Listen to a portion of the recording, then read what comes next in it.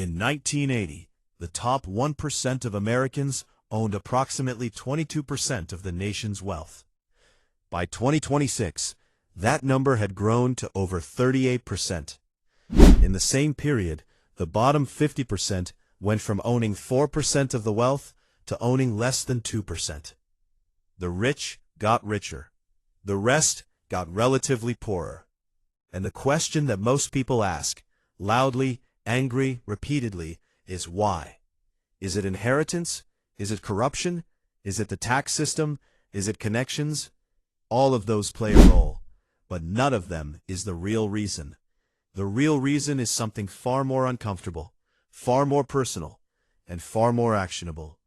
Because unlike inheritance, unlike corruption, unlike the tax code, the real reason the rich get richer is something you can change, starting today. Today we are going to decode the actual mechanism behind wealth accumulation. Not the surface story, not the political narrative, the real thing.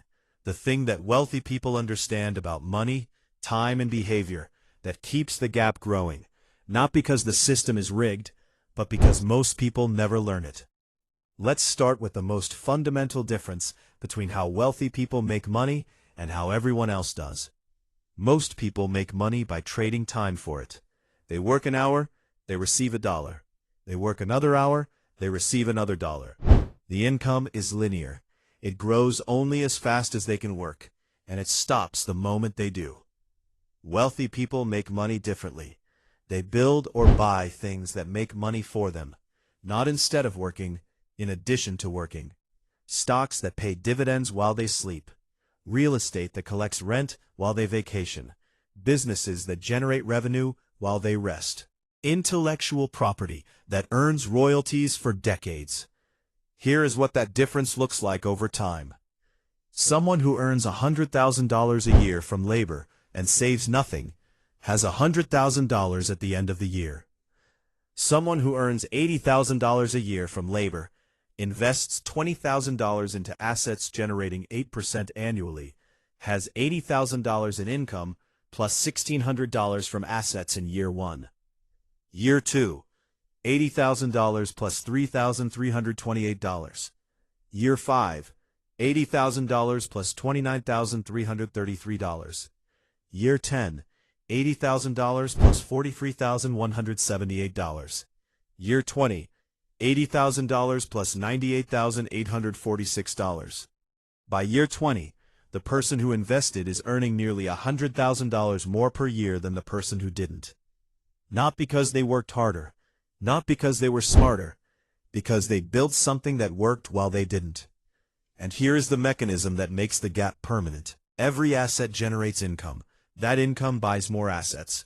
Those assets generate more income, which buys more assets. The wealthy don't just get richer because they have more money. They get richer because their money creates more money, automatically, while they focus on building even more assets. It is not a cycle of greed. It is a cycle of structure. And anyone can build that structure. It just takes understanding and starting.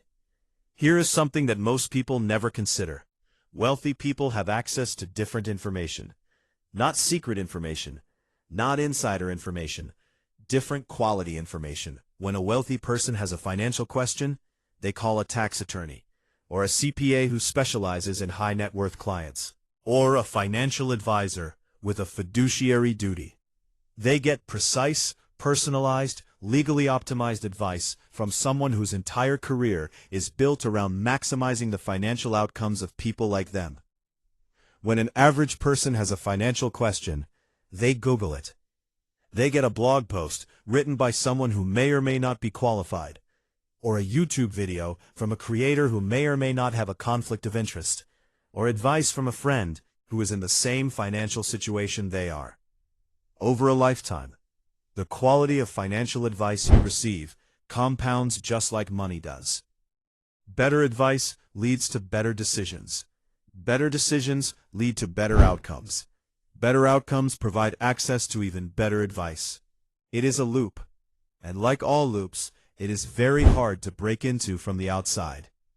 But here is what has changed in the last decade. The cost of high-quality financial education has dropped to almost zero.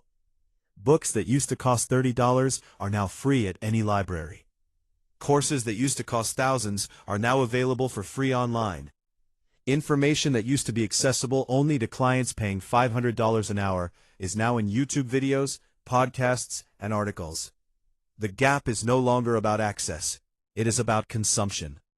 Wealthy people consume financial information constantly. They read, they listen, they ask questions. They surround themselves with people who think about money seriously. And most people don't.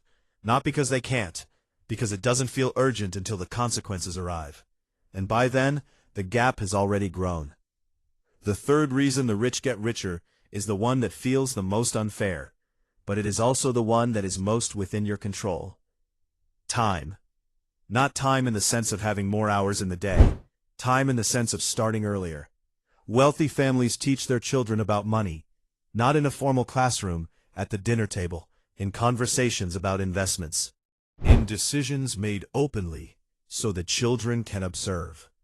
By the time a child from a wealthy family gets their first job, they have often already been investing for years, using money their parents gave them, or money they earned from small jobs, supervised, guided, with real stakes.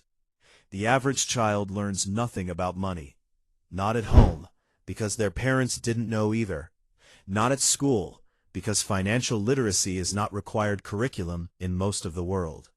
They graduate into adulthood financially illiterate, and spend the first decade of their working life making the mistakes that nobody warned them about. Here is what that 10-year head start looks like in numbers. Person A starts investing $500 a month at age 22, stops at 32, never invests another dollar. Person B starts investing $500 a month at age 32, invests every month until age 62. At 7% annual return, Person A, who invested for only 10 years, has $1,019,769 at age 62. Person B, who invested for 30 years, has $606,438. 10 years of investing beat 30 years of investing, because Person A started 10 years earlier. That is the power of time. That is the advantage that wealthy families give their children simply by teaching them early. And here is the most important thing I can tell you about this particular advantage. You cannot go back in time, but you can start today. Whatever your age, today is the earliest you can begin from this moment forward. And every day you wait is a day you can never recover. The fourth reason, and the most psychological, is the one that most financial educators are afraid to talk about. Because it sounds like blame. It's not, but it is honest. When you don't have enough money, your thinking changes. Not because you're less capable, but because scarcity, the feeling of not having enough, consumes cognitive bandwidth. Researchers at Princeton and Harvard conducted a series of studies on this. They found that people experiencing financial scarcity showed a measurable drop in cognitive function, equivalent to losing 13 IQ points. Not permanently, not because of anything inherent to them, but because the mental load of managing scarcity leaves less room for everything else, including long-term planning, including financial decision-making, including the kind of thinking that builds wealth. When you're focused on making it to the end of the month, you cannot think clearly about the next decade. When every dollar is already spoken for, investing feels impossible. When one unexpected expense could collapse everything, risk feels terrifying. Wealthy people, by contrast, operate with a financial buffer. Not because they're better people, but because the buffer changes how they think. With a buffer, you can think long-term. You can take calculated risks. You can invest instead of spending. You can make decisions based on opportunity instead of desperation. And here is the breakthrough insight from all the research on this topic. You don't need to be wealthy to think like a wealthy person. You need a buffer, even a small one. $1,000 in an emergency fund measurably reduces financial anxiety and improves decision-making. Not because $1,000 solves everything, but because $1,000 means that one unexpected expense doesn't destroy everything you've built. And the moment you stop operating in pure survival mode, the moment there is even a small cushion, your thinking begins to change. Long-term planning becomes possible. Investing becomes conceivable. The future starts to feel real. And that, more than any investment strategy, is where wealth building actually begins. So let's bring this together. The real reason the rich get richer is not inheritance, not luck. It is 4 structural advantages that compound over time.